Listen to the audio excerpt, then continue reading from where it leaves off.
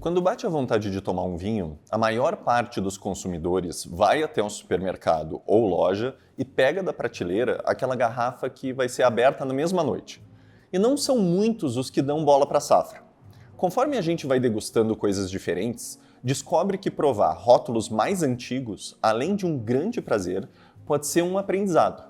Só que, para se aventurar nessa brincadeira, é preciso entender a partir de quando devemos abrir esses vinhos feitos para durar mais tempo. Meu nome é Maurício, eu sou professor da BSRS e hoje a gente fala sobre quando, afinal de contas, é a hora de abrir os vinhos de guarda. Bom, primeiro é preciso dizer que a maior mentira do mundo do vinho é que quanto mais velho, melhor. Nem todos são feitos para durar. E justamente por causa do comportamento mais comum hoje entre os consumidores, como a gente mencionou agora há pouco, de comprar uma garrafa de dia para abrir à noite, é cada vez menor o número de rótulos voltados ao envelhecimento.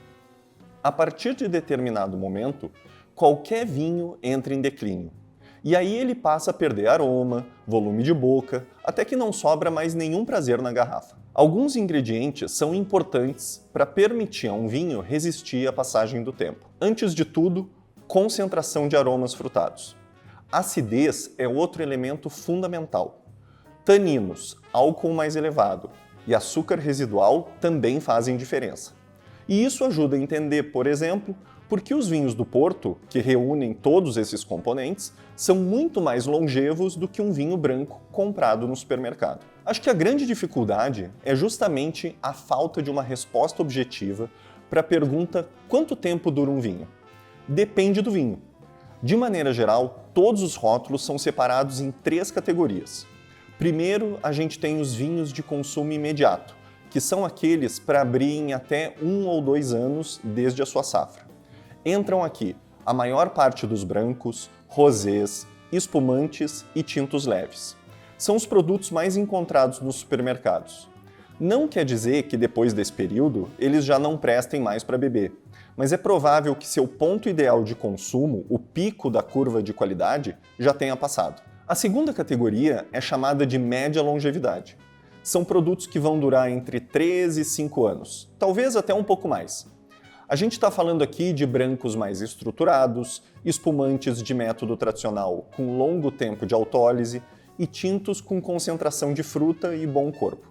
São os rótulos que talvez estejam entre os mais caros do supermercado, mas o melhor lugar para encontrar essas garrafas são as lojas especializadas ou direto na fonte, o varejo das vinícolas. Por fim, a gente tem os chamados vinhos de guarda, que vão durar 10, 15, 20 anos ou mais. Às vezes muito mais. O início do declínio desses vinhos é indeterminado, não tem exatamente como saber. Se encaixam nessa classificação grandes brancos e espumantes de exceção, tintos consagrados e fortificados de renome. A fama, justamente, desses vinhos muitas vezes ajuda na decisão de quando a gente deve abrir a garrafa. Se a gente pesquisar por Barolo, por exemplo, que é um tinto italiano reconhecido pela sua qualidade, vai ver diversas indicações de guardar por pelo menos 10 anos. Isso significa que ele vai estar ruim se a gente abrir antes? Não. Provavelmente ele vai estar muito bom, inclusive, mas dificilmente vai ter atingido o ponto máximo da sua qualidade. E aí a gente estaria desperdiçando o potencial de um vinho desses. Para nos ajudar, existem muitos sites especializados, revistas e o trabalho de críticos sérios com referências de quando abrir ou por quanto tempo guardar um vinho. Então, se você sabe que tem uma garrafa importante em casa, vale dar uma pesquisada antes. E esse é outro ponto a levar em consideração. Vale mais a pena comprar o vinho já maduro ou adquirir a garrafa enquanto ainda jovem e guardar até o momento ideal para abrir? Bom, aí entram algumas questões. É preciso saber se essa garrafa antiga foi armazenada em boas condições durante todo esse período e certamente ela vai custar mais caro do que se fosse uma safra nova. Por outro lado, manter um vinho em casa por bastante tempo exige espaço adequado e paciência. Então, é mais uma pergunta que não tem resposta definitiva.